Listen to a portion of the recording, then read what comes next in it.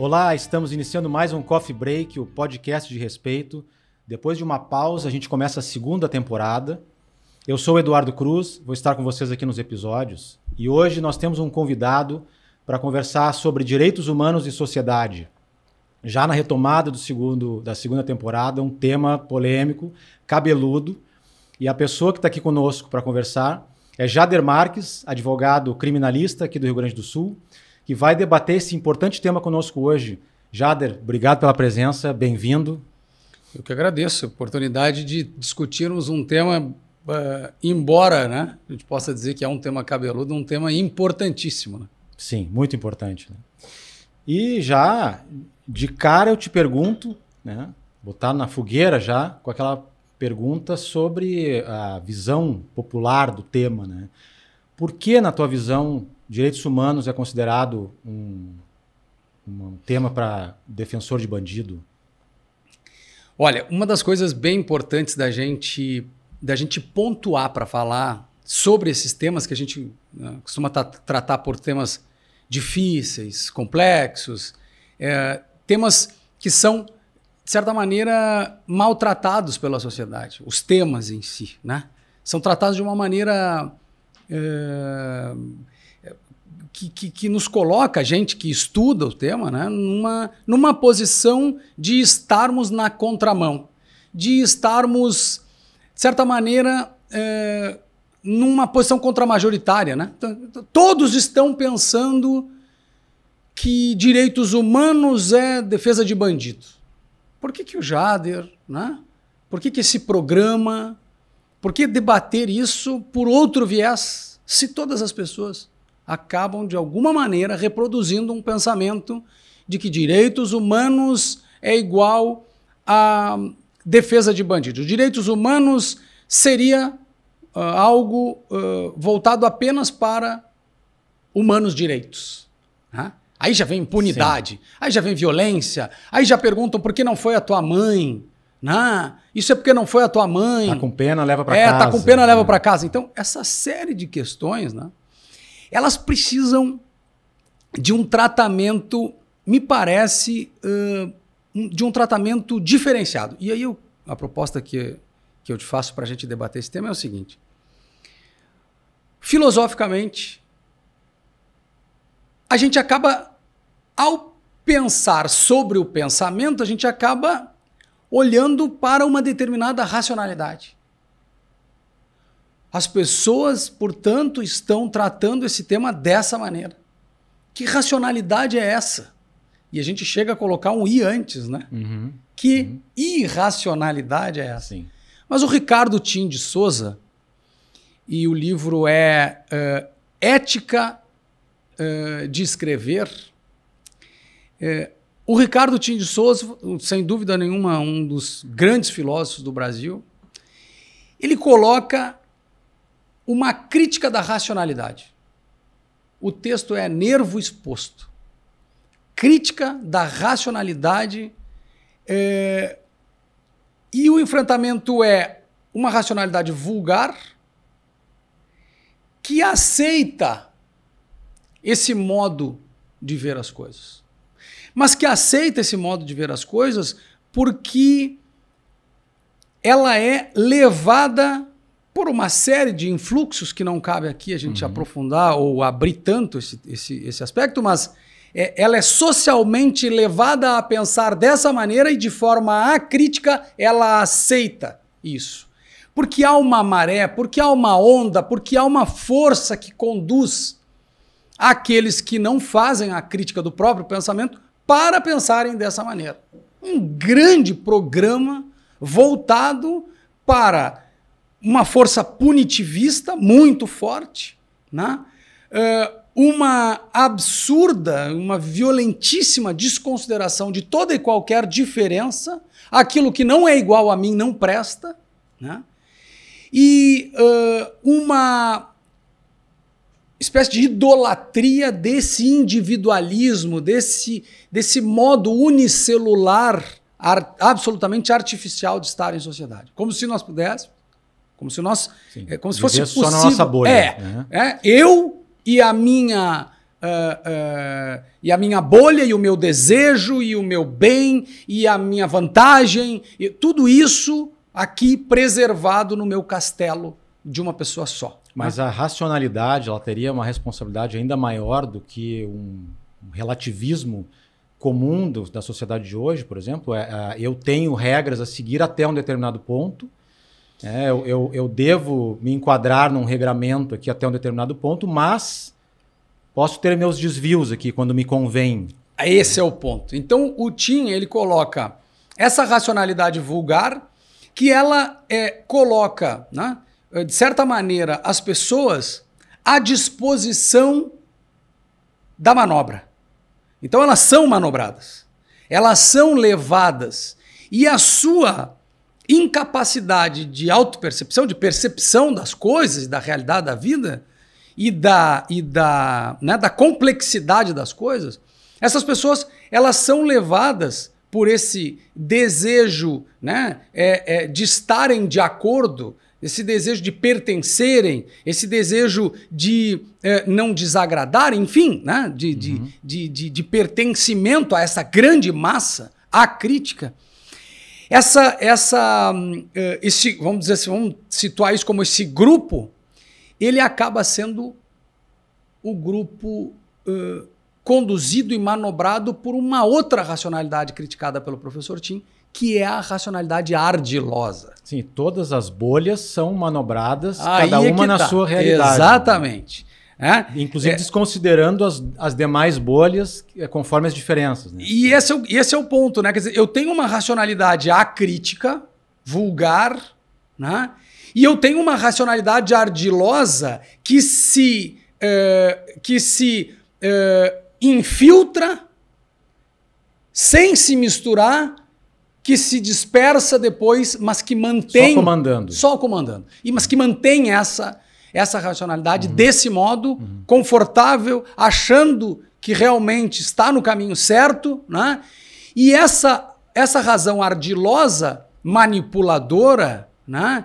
Ela, de certa maneira, ela não só, né, conduz para esse tipo de raciocínio, como se beneficia e lucra com isso tudo. Né? Esse o combustível da máquina se alimenta dessa razão vulgar. E aí trazendo, Jader, para a nossa realidade brasileira, né, como quebrar esse ciclo, né, no momento que a gente tem uma realidade de extrema desigualdade, onde a gente produz diferenças e até, no meu entendimento, o que existe de direitos humanos no Brasil hoje, historicamente, é baseado em exceções, né? Ou seja, para cada grupo tem um volume de exceções.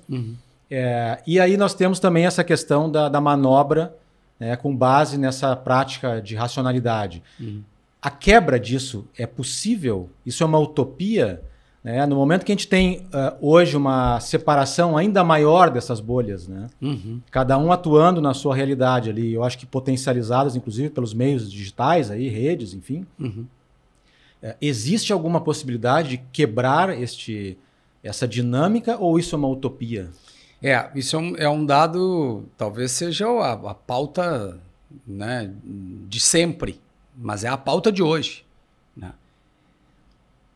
A partir do momento que eu tenho essa massa crítica gritando matem, prendam, linchem, né?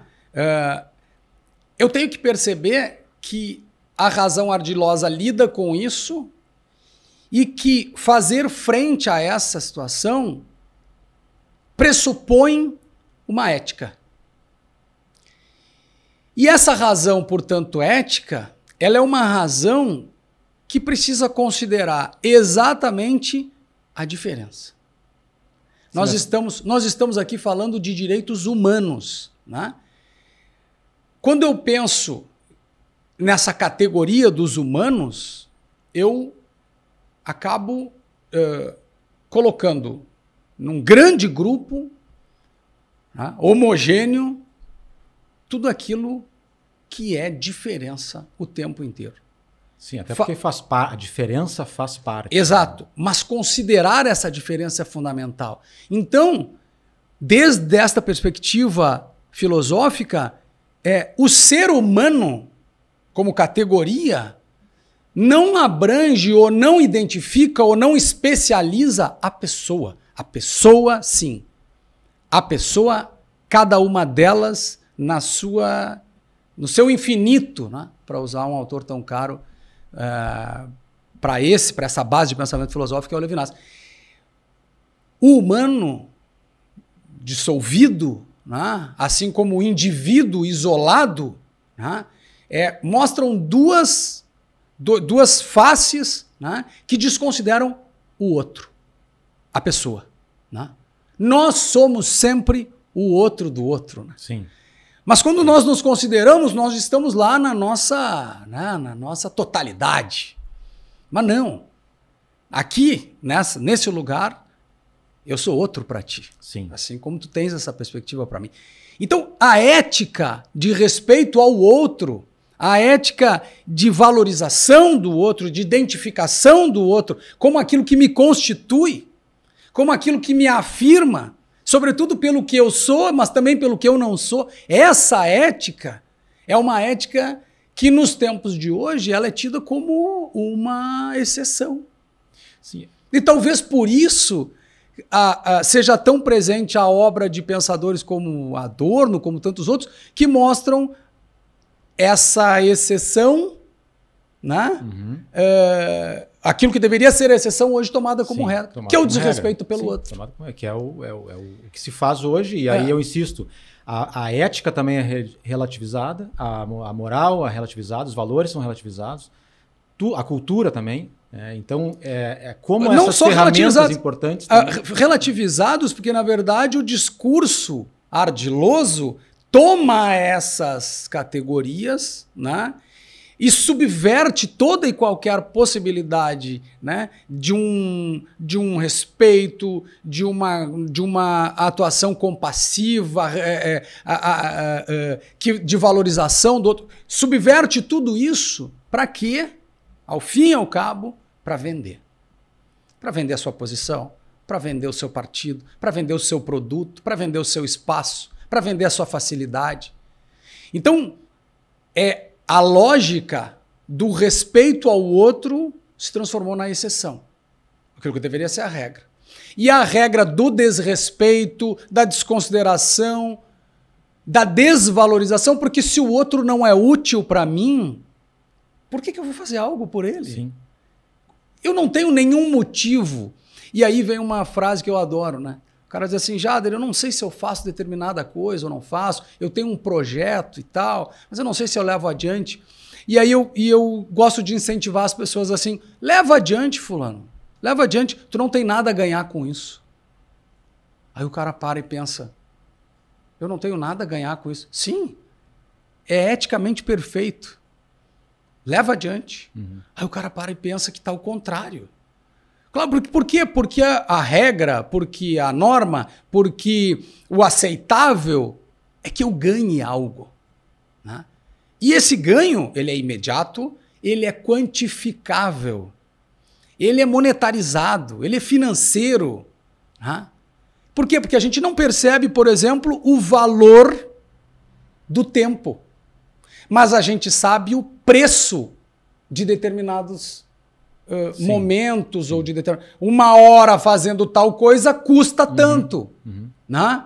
Uma hora de aluguel de uma sala, uma hora de uma consulta, uma hora de uma oficina, uma hora quantificável, para nós está tudo bem.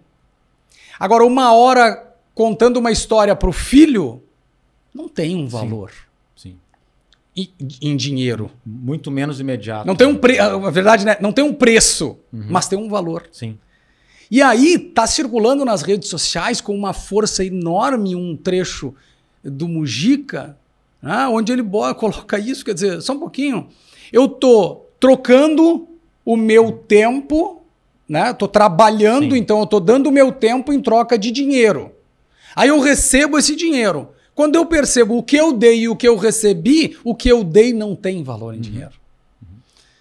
E essas coisas estão todas aí circulando nessa racionalidade vulgar, Porque a racionalidade vulgar ela tem uma característica, ela tem certezas.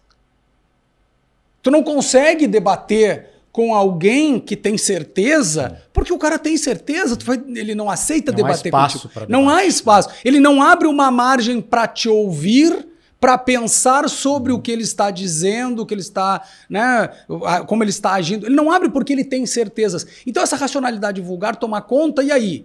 Põe na cadeia. Tortura se necessário. Mata. Porque quanto menos deles, sim, esse outro que me incomoda, esse outro, melhor. Então os direitos humanos, a ideia de direitos humanos, se nós pararmos para pensar, de certa maneira, nós estamos invocando aqui um estado do nosso tempo. Depois de centenas de anos, depois de declarações de direitos, né? Depois de Holocausto, depois de Primeira e Segunda Guerra, depois de todas as invasões, das destruições de soberanias dos povos, da destruição de povos, né? Nós ainda hoje vemos, né, esse distanciamento em relação ao outro. O outro, ele só me interessa, né, ou nada. Ele pode ser interessante existindo ou não existindo. Mas não, ou ele me interessa ou nada. E o interesse, sim, a gente pode, inclusive, né, interesse e juros, sim, interesse e dinheiro, interesse e vantagem, quer dizer. Então, a pessoa ou me interessa ou nada. O Bauman, para mim, se a gente quiser mudar a nossa convicção vulgar a respeito, né, do ser humano e da sociedade, do modo como nós estamos tratando as pessoas, é só ler Vidas Desperdiçadas. Sim, um livrinho curtinho. Exatamente. Um livrinho curtinho. E a indicação do Bauman é o seguinte: escreva refúgio no Google. Escreva descarte. E perceba que todo o processo de produção é um processo gerador de valor e de descarte. Sim. Ou seja, algumas coisas têm valor, o que sobra é descarte. No processo de produção, eu tenho pessoas com valor, produtivas, ativas, jovens, sim, normais, produtivas e brancas. A palavra do momento, né?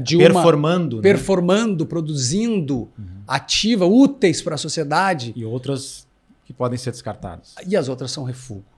Então a sociedade, sim, produz o útil, o interessante, o valoroso, o produtivo e o refúgio. E o refúgio, como é que é tratado no processo de produção? À noite, os caminhões chegam nas fábricas, recolhem o refúgio e levam para longe. Sim, exato. E amontoam esse refúgio lá fora. Vez por outra, quando chove muito, a chuva traz esse chorume. Quando venta muito, o vento traz esse cheiro de descarte. Sim. E a metáfora é sensacional, né? Porque pega um tecido urbano hoje das principais cidades brasileiras, essa metáfora se encaixa perfeitamente. E aí a gente fala em direitos humanos para humanos direitos. Direitos humanos na boca dos brancos, bem aquinhoados, privilegiados a vida inteira, a criticar o quê? O outro. O outro é preto, o outro é pobre, o outro é prostituta, o outro é da comunidade LGBTQIA+. O outro é esse que não é igual a mim. Sim. Quem professa esse discurso é o sujeito detentor de privilégios, que não abre mão de 1 milímetro, de 1 centímetro, de uma vírgula do seu privilégio. Você estava perguntando como fazer para lidar com isso, né? Eu não acredito na palavra combater, eu não acredito eu acredito que a gente precisa lidar com isso. Como fazer para lidar com isso? O ministro dos Direitos Humanos deu uma demonstração de como a gente faz. Ele pegou uma por uma dessas camadas, uma por uma desses grupos de pessoas que são vítimas desse desprezo, dessa destruição, e ele disse: nós consideramos vocês. Vocês importam para nós. Vocês são importantes para nós. né? Aí tem uma questão que é importante a gente talvez aprofundar um pouco mais, Jader, que é no teu exemplo, na tua situação, né, falando no ministro dos Direitos Humanos, vem a figura do Estado. Uhum. Né? O quanto hoje nós temos a prática do discurso, né, que é importante estar alinhado com o objetivo e o desejo de mudança, né, porque a gente sabe o quanto um discurso também contrário ele gera efeitos. Né? Uhum. Mas na máquina do Estado, isso já não está tão enraizado, essa produção de diferença também, em todos os meios, né? E obviamente pelo nosso núcleo de debate aqui, trazendo para a área da segurança pública e, consequentemente, o judiciário, que é a tua área de atuação, essa estrutura toda ela já não está tão enraizada nesses conceitos de geração de diferenças, a ponto de não rejeitar, não aceitar o discurso de um ministro A, ministro B ou ministro C e seguir produzindo o seu método de segregação, enfim. Sim, né? sem dúvida.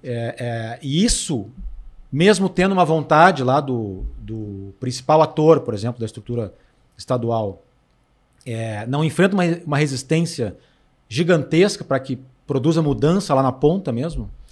Sem dúvida, sem dúvida. Não resta nenhuma dúvida. Agora, a gente passou por um período de idolatria. E a idolatria ela é muito perigosa, né? Porque, de novo, ela é formada por uma massa acrítica. E não há lado nessa história. Toda vez que a gente perder a capacidade de formular uma crítica a respeito de uma situação, a gente está seguindo o sabor dos interesses de alguém. Sim. Né? Se tu não tem um plano, tu faz parte do plano de alguém. Muitas vezes tu segue sem saber. Também. Sem saber. Não, e a gente não tem essa busca pelo imerso, olhar crítico, né? A gente está mundado pelo mundo, né? Sim. Então a gente acaba sendo levado. Mas naquilo que a gente pode, é preciso parar um pouquinho e pensar. Então, se eu tenho um discurso e uma prática voltada para a produção de violência, obviamente que eu vou ter o acirramento dessa violência. Ok. Para a produção da ampliação desse fosso entre uns e outros, eu vou ter a piora dessas questões.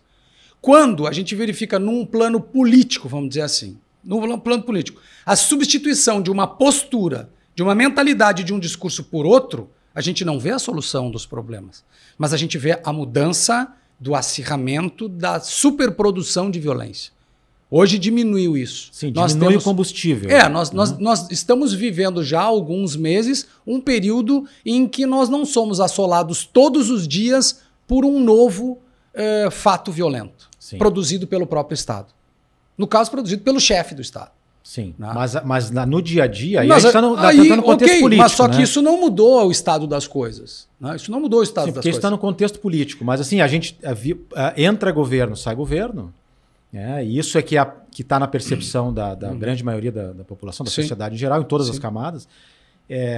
Mas, por exemplo, mesmo o ministro dos Direitos Humanos sinalizando que essa população, esses grupos importam, muitas vezes a polícia segue lá na comunidade, entrando nas casas sem convite, sem mandato. Só que esse copo aqui... Então a linguagem deles está na prática. Só que esse copo aqui está meio cheio e meio vazio. Né? Eu concordo contigo com a parte vazia. Mas o meio cheio desse copo está no fato de que esse cara é ministro, porque lá atrás houve uma política de incentivo aos negros entrarem na faculdade. Sim. Fraca, covarde, mas existente. Uhum. E que produziu efeitos. Hoje, toda vez que uma pessoa negra é preterida, a população negra com a população branca antirracista se manifesta e protesta. Isso é novo. Uhum. Sim, é novo, não tem 30 anos. Intensamente tem 10 anos. Mas muito intensamente é de agora. Sim, é de agora. É de agora. E por incrível que pareça, o governo Bolsonaro fortaleceu os grupos que passaram a lutar com muito mais força pelos seus direitos. Porque, Sim. claro, viram as conquistas sendo reduzidas a pó. Então, isso produziu o efeito contrário. Né? Como a gente sabe que uma força produz contra ela, né?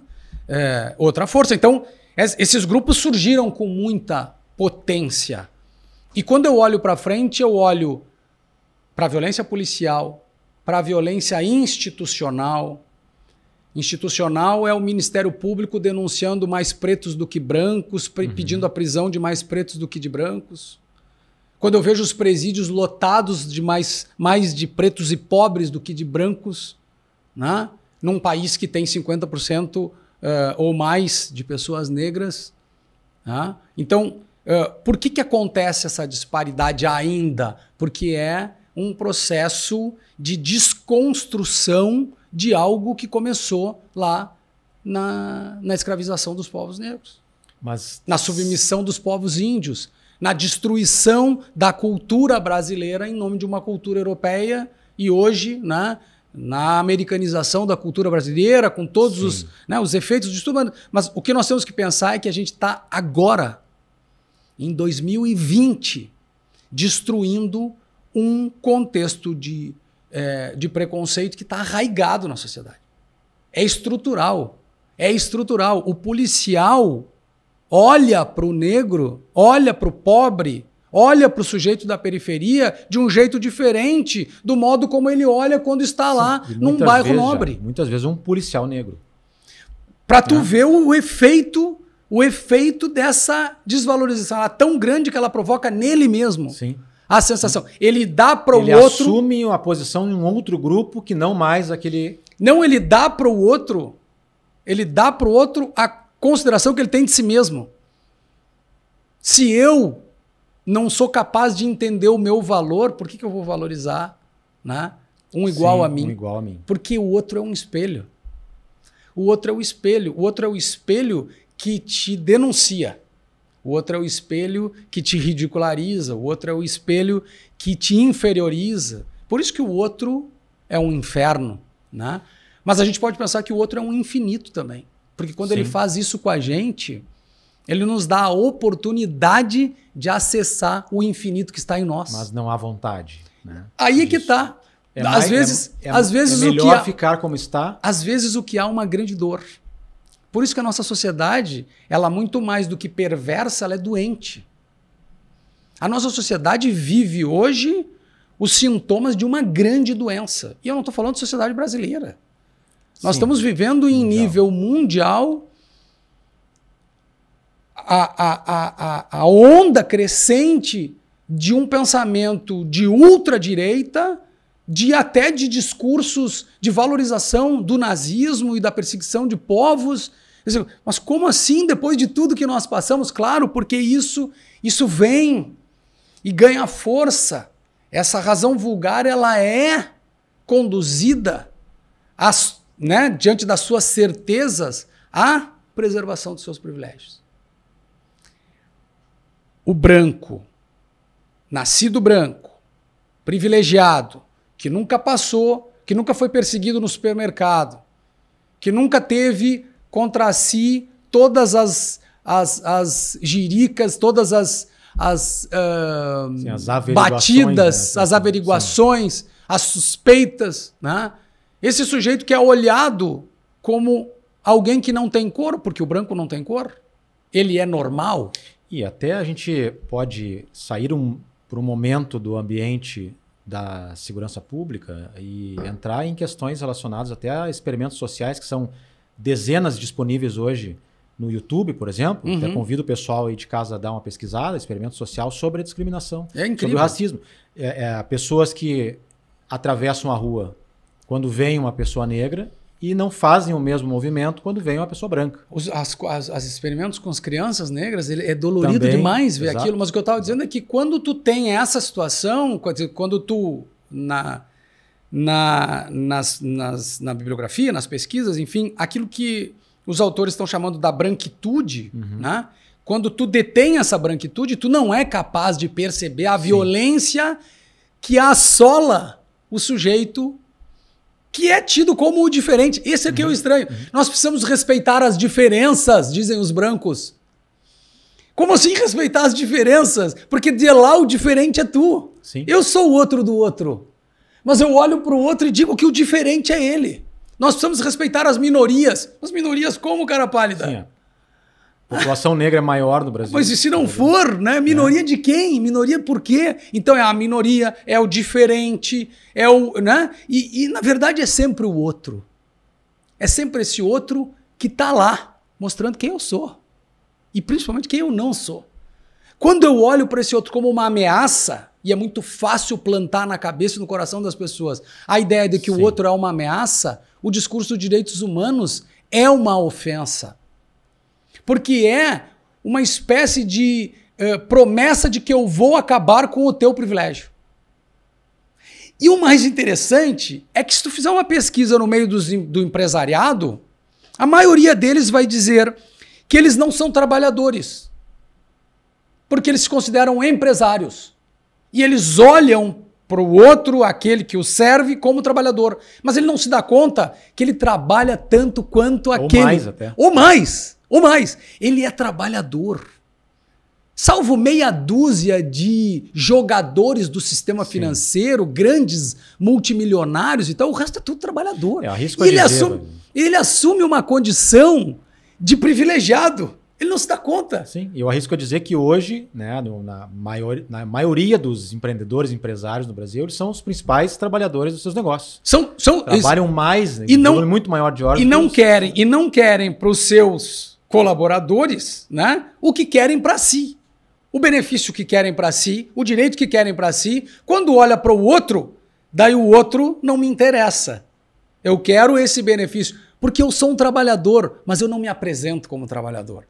Eu quero reproduzir a mentalidade daquele sujeito mega empresário que eu estou absolutamente muito distante da possibilidade de viver como ele vive. Se você trocar de lado, você vai ver que hoje a crítica dos empreendedores, dos empresários, é que os trabalhadores, eles acham que eles são privilegiados por serem empresários. E o contrário acontece também. Né? Ele acha que o trabalhador tem muito direito e com isso inviabiliza. Então é um debate que também está no centro da questão de perceber o outro, né? Como detentor de direitos. O policial, né? O policial, ele é criticado pela violência, ele é atacado porque, né, atua de maneira violenta, sobretudo nas periferias, sobretudo com as populações negras e tal. E o policial, como você estava dizendo, ele é negro também, ele é pobre também, ele é desvalorizado, ele é totalmente achincalhado como ser humano, como pessoa, pelo Estado. E ele é colocado lá na ponta a reproduzir esse pensamento, né, dessa massa crítica. Né? Sob o comando de alguém. E aí, ele mata e morre. O índice de suicídios no meio policial é absurdo. Sim, elevadíssimo. O Luiz Eduardo Soares, meu querido amigo, professor, uma das cabeças mais privilegiadas desse país, ele fez uma pesquisa entre os policiais para mostrar para a instituição policial que nem os policiais concordam com isso. Sim. Porque eles estão morrendo. Porque a família deles está desassistida. Porque eles estão bebendo e se matando. O suicídio é uma realidade. Sim.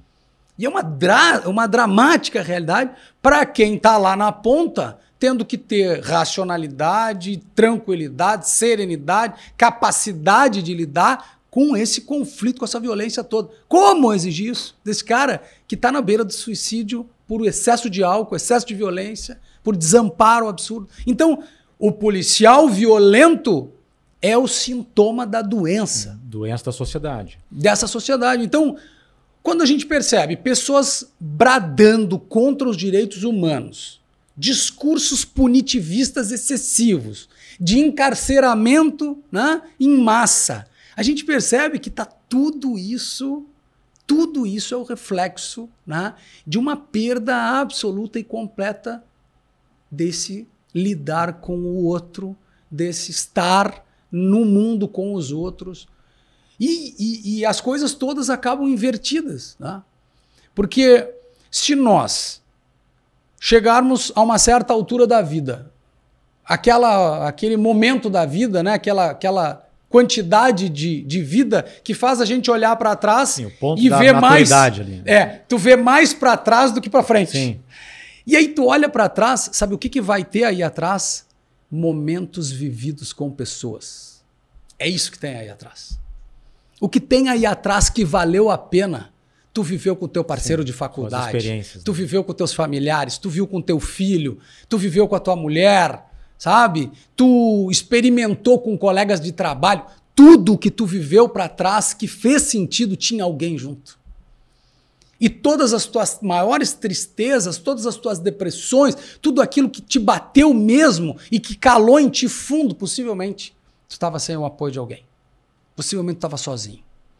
O que tem de triste aí para trás é porque alguém que tu amava se foi, é porque alguém, né, algum relacionamento se desfez, porque as pessoas se afastaram de ti, tu ficou sozinho, porque tu chorou sozinho naquela noite sem ninguém para te dar um abraço. Então, é a falta das pessoas que tira o sentido das coisas. Mas aí vem a questão da relação das bolhas, né? Eu não tenho essa visão de convivência com aquele que participa de um outro extrato dessa sociedade doente. Né?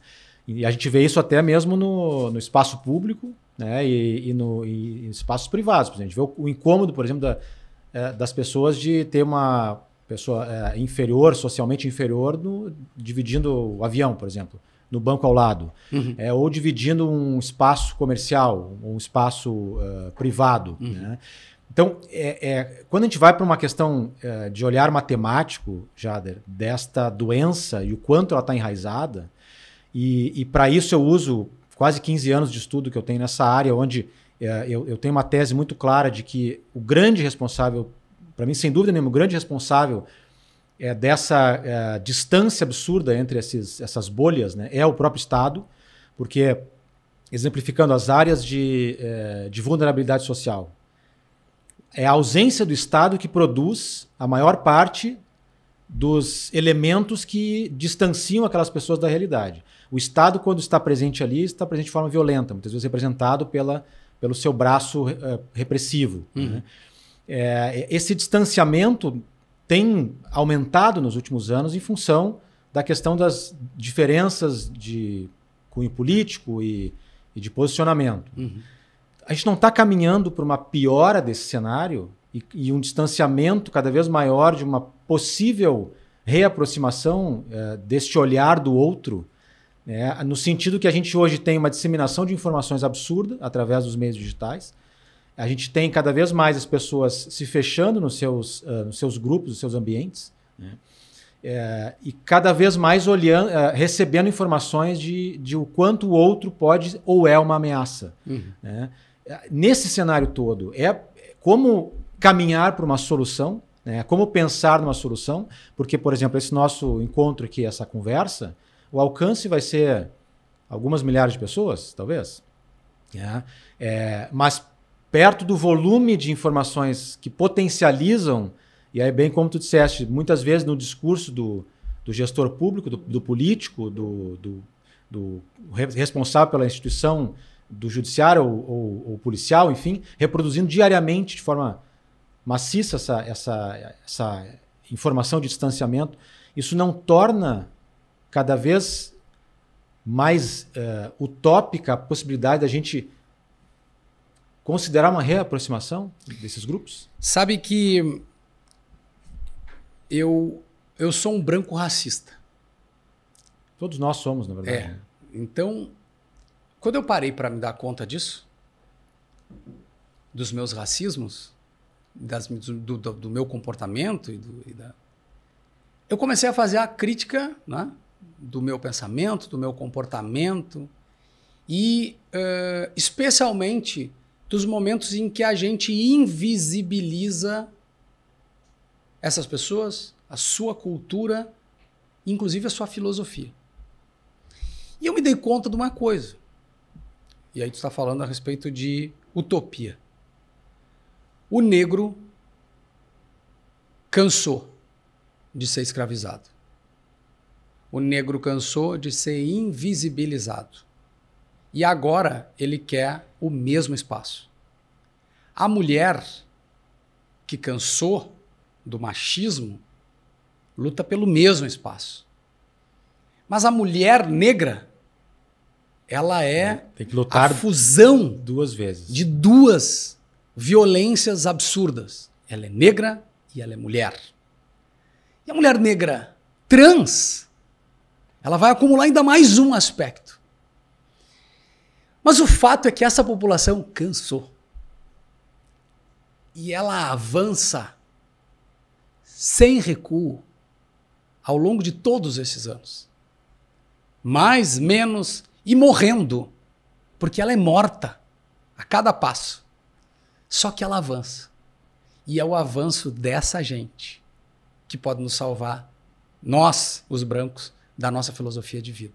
Porque a filosofia de vida dessa população, desse povo, né, ela não tem essa raiz individualista que nós temos. Não tem essa raiz branca europeia que nós temos.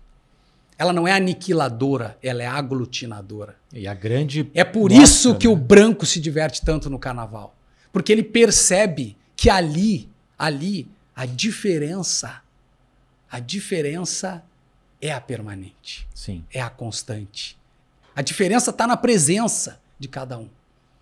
E aí, então, quando essa população, por meio desse movimento que é imparável, quando eles ascenderem cada vez mais, quando eles provocarem e produzirem essa igualdade que ainda precisa ser numérica, que ainda precisa ser de ocupação de espaços de poder, mas quando isso acontecer, a gente vai estar diminuindo aquela velha cultura colonialista, imperialista, capitalista, individualista, por uma cultura do grupo, por uma cultura da valorização do povo, do estar junto, da aglutinação das diferenças. É muito interessante a gente ir numa festa na Cidade Baixa, em Porto Alegre, e a gente ir numa festa no Moinhos de Vento, em Porto Alegre. A diferença a gente é vai gritante. ver, a gente vai ver as bolhas formadas por cada pessoa. Cada pessoa é uma bolha.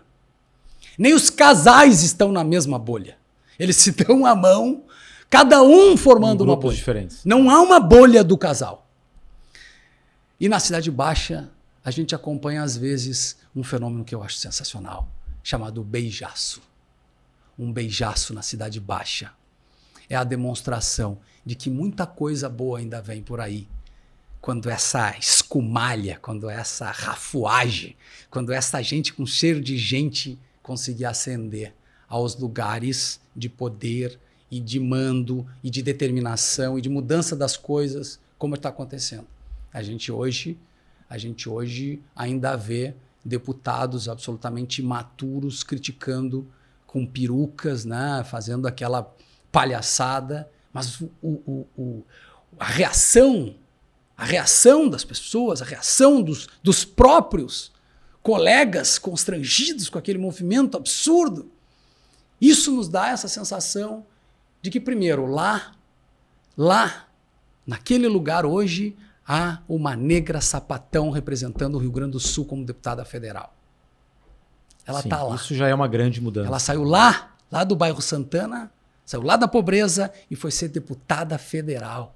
A Dayana está lá para contrapor o discurso desse branquela, né, enfim, representando aquilo que de pior a gente tem em termos, não só de política, mas em termos de pessoa mesmo, né? Reproduzindo todo esse discurso violento, desagregador, destruidor do outro. Mas ele agora ele tem um contraponto. Ele tem um contraponto de uma mulher trabalhadora da saúde, mulher pobre, sapatona, né, negra, que veio lá do mais fundo, né, do estrato social para agora fazer o contraponto. Então, como é que vai acontecer essa virada? Essa virada vai acontecer. Mas essa espetacularização dessas posições, muitas vezes, como o caso que citaste aí do deputado federal, infantiloides, né? Num mundo atual de audiências, e também num Brasil tão dividido, né, após a eleição do ano passado, isso também não acaba acirrando esse afastamento, porque eu vou fazer o teatro para o meu público, e não é pequeno, a gente sabe. E ainda ganha mais público. Ganha mais público ainda, o que para mim é mais triste, né? E do outro lado vem a defesa, aí sim em grupo muitas vezes, porque vai recebendo reforços de uma resposta necessária, né? Mas a gente mantém cada vez mais forte essa divisão da audiência, né? Muitas vezes com essa irracionalidade. Mas uma coisa qual o ponto positivo é a minha questão desse modelo? Sabe qual é o ponto positivo? É que muitas pessoas saíram do armário. Preconceituosos de toda a ordem, né? Pessoas com um pensamento bastante fechado, discriminatório, né? Um preconceito muito forte. Elas estavam lá quietinhas, praticando diariamente as suas violências, perpetuando o sistema, né? de segregação, de invisibilização. Eles estavam lá quietos e eles foram convocados, né? Essa razão vulgar toda foi convocada pela razão ardilosa. Venham comigo, nós agora vamos derrotar o nosso inimigo. E aí eles saíram todos do armário e foram para frente dos quartéis. Foram para as ruas. Foram idolatrar. E aí por isso a crítica da razão idolátrica ganhou agora um prêmio, livro do professor Tim, ganhou o prêmio Açorianos. Por quê? Porque é o retrato disso. Mas o positivo é que eles apareceram. É que eles assumiram essa posição. Sabemos. E quando eles falam, seus representantes falam, e quando eles aplaudem, eles mostram. Sim. Eles mostram quem eles são, o que eles pensam. E é importante que isso aconteça dentro de um espaço, que daí é isso que eu falo, né? Eu falo isso. O carnaval, como festa do amor, como festa da congregação, como festa da aglutinação das diferenças, o carnaval vai vencer o shopping center. Vai vencer a branquitude reunida nas suas bolhas, nos seus cafés europeus e tal, né? Vivendo num mundo que não corresponde ao estado de violência que nós estamos. Não corresponde. Nós precisamos, sim... e aí eu não penso que seja uma disputa de seguidores de redes sociais, mas é uma disputa de narrativa. Mas hoje isso digamos assim, uma moeda de troca. Né? Mas é uma disputa de narrativas. Né? Só que as narrativas hoje, Jader, vêm acompanhadas de inverdades. Né? Com certeza. Hoje não, né? Hoje não, mas é que a disseminação é tão violenta, tão forte, a velocidade é tão grande. Só que há uma coisa interessante. Numa mesa de uma família, da tradicional família brasileira, hoje, na mesa da tradicional família brasileira, num domingo de churrasco, de galeto, da massa, ou escolha o prato que quiser, do arroz oriental, não importa. A tradicional família brasileira hoje, ela está composta por um pai e uma mãe retrógrados, os seus pais e mães, os avós dessa formação dessa mesa, extremamente atrasados, né? Mas todo o restante da composição dessa mesa são meninos e meninas bissexuais, são lésbicas, são seres absolutamente livres. Essa geração que está vindo aí, ela não está preocupada com esses rótulos, ela não está preocupada com essas coisas. Ela tem... na liberdade de manifestação, elas estão ali até nem estão brigando com os velhos. Eles até nem estão brigando com os velhos. Mas eles saem dali, eles tocam a vida deles com uma liberdade que se os pais e os avós sonhassem, morreriam de inveja. Morreriam de inveja. É muita liberdade para eles lidarem. Pois é, e aí essa liberdade... Trazendo para um outro ponto que levantastes anteriormente, que é esse nosso... momento da idolatria, né? E a gente vê isso aí nos últimos 10 anos, pelo menos no Brasil, se passou muito, e até a própria eleição mostrou um lado bem forte disso, né? E outro ponto que disseste também, que é hoje nós não debatemos mais, porque hoje nós vivemos das nossas certezas. E é um fato curioso que Jean Baudrillard nos trouxe a visão de que nós estaremos vivendo uma era das incertezas, né? Como a gente vai viver uma era de incertezas fechados nas nossas certezas, né, nesse ambiente também de liberdades? Então, eu acho que isso é um dos pontos que está incomodando também.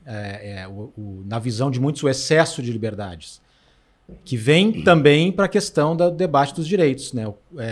Quais são os meus direitos? E aí vem a geração mais antiga. Sim, mas no meu tempo a gente falava em deveres, hoje só falam em direitos, né? Então, aonde se encontra esse debate, né? Isso é possível, porque se cada um tem a sua certeza, não vai acontecer debate. Né? Para começar, quem tem certeza está fora do debate. Não vamos debater com essas pessoas. Né? Olha só, deixa eu te explicar uma coisa. Os direitos humanos é uma conquista da humanidade que passa, né, talvez seja uma das poucas conquistas da Era da Razão. A Era da Razão produziu coisas absurdas, né? Mas uma das conquistas são os avanços em favor do respeito ao outro. Né? Mas isso são argumentos. Quem se convenceu sem argumentos não será desconvencido com argumentos. Uhum. Então, quem está fechado dentro das suas certezas, em relação a essas pessoas, infelizmente... Muitas vezes ela nem sabe se aquela é a certeza dela, mas é a certeza do ídolo. Exato. Mas é isso. É a razão vulgar. Ela está lá sendo conduzida para essa certeza. Essa certeza dá conforto, porque reduzir a complexidade do mundo é também, de certa maneira, entender o mundo. Fora daí, eu vou ter que trabalhar com perguntas sem resposta. E para muitas pessoas isso é insuportável.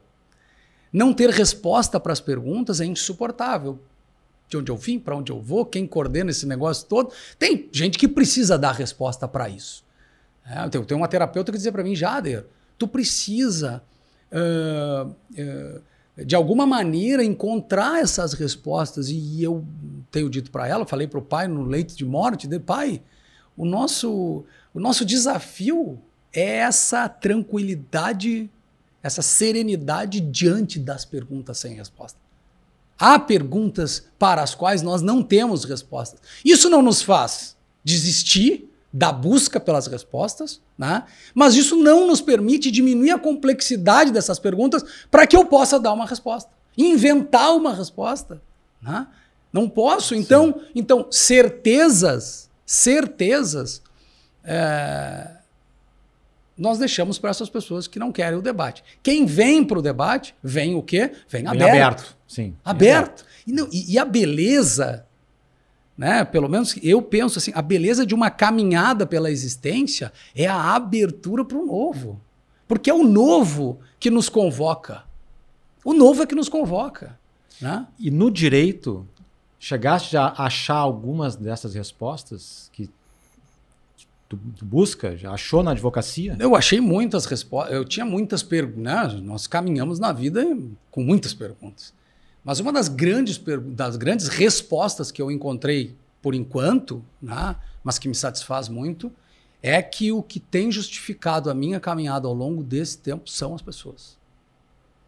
Mas como conviver com com essa máquina produtora de diferenças numa área específica que é a tua área de atuação, que é no direito criminal? Como conviver com isso? Com muito cuidado para não perder a sensibilidade, né?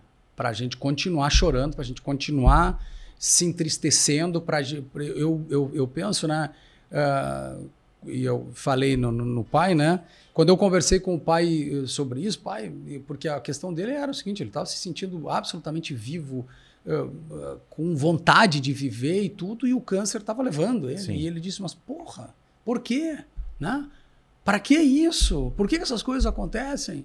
Tal. E aí eu estava dizendo para ele, olha, a vida, a gente não tem essa resposta. Sim, não tem a resposta. E a gente tem que conviver com isso, com essa finitude sem resposta.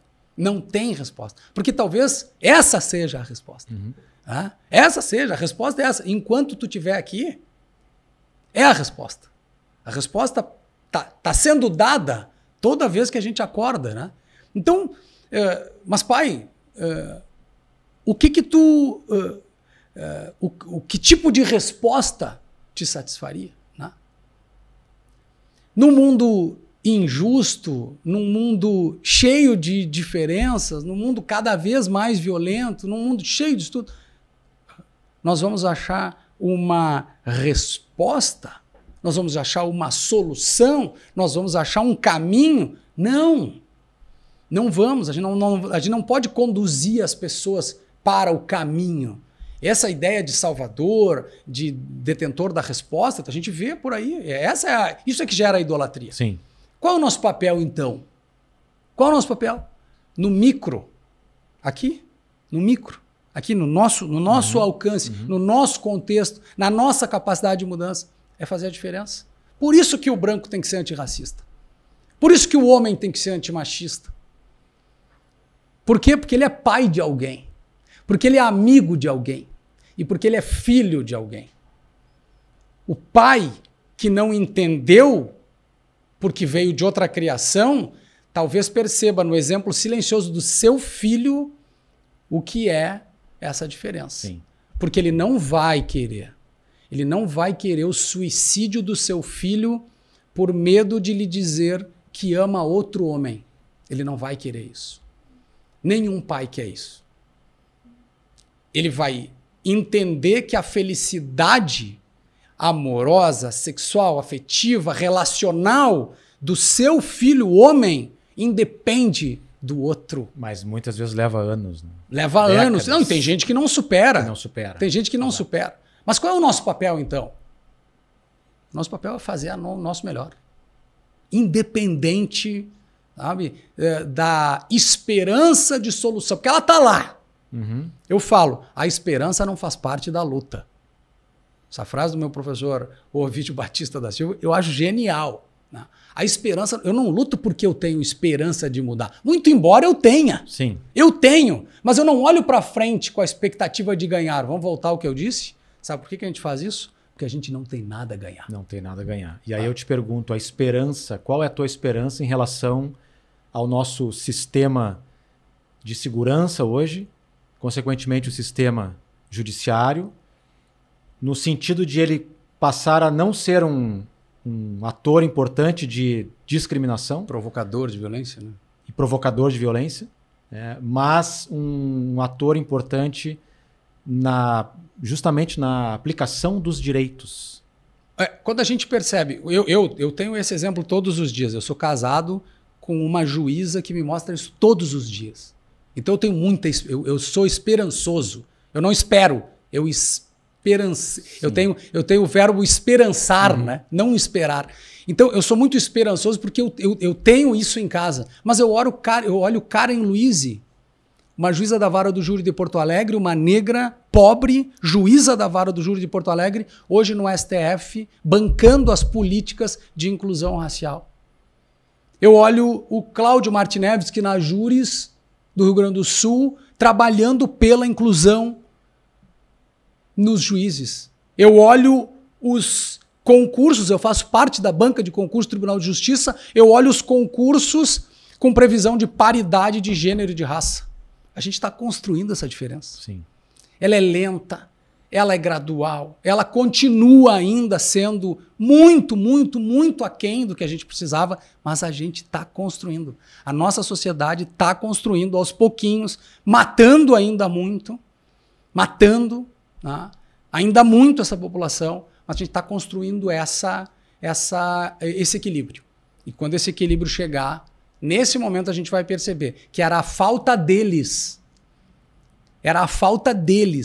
desse outro que a gente tanto odeia, era a falta deles que causava esse estado de inconsistência, de violência, até de destruição da própria sociedade. Sim. Quando todos nós estivermos lá, aí sim, pode dar a partida que vai ser um grande carnaval. Sim, isso, até porque são centenas de anos de construção desse cenário atual. Exato, né? exato. Então nós talvez vamos levar ainda dezenas de anos, espero que só dezenas de seja, anos. Né? Mas que seja construindo esse novo. Né? Sim, sim. Bom, pessoal, a gente esteve aqui hoje com Jader Marques, uma excelente conversa aqui sobre direitos humanos. Deu aí para dar uma sinalização de quão profundo esse tema aí. Eu acho que precisaria, né, já de horas e horas de debate, né? Muita conversa. Mas pelo menos a gente espera ter plantado aí em cada um de vocês a ideia de ler mais sobre o assunto, pesquisar mais, para entender o quanto cada um de nós, no nosso microespaço, temos condições de ser aí atores de mudança para melhorar e construir uma sociedade mais justa, mais igualitária, enfim, com tudo aquilo que nós desejamos para nós também, desejando para o outro. Tá? Então esperamos vocês nos próximos episódios. Quem não se inscreveu no canal ainda, inscreve agora lá, ativa as notificações e a gente se encontra nos próximos episódios. Até lá!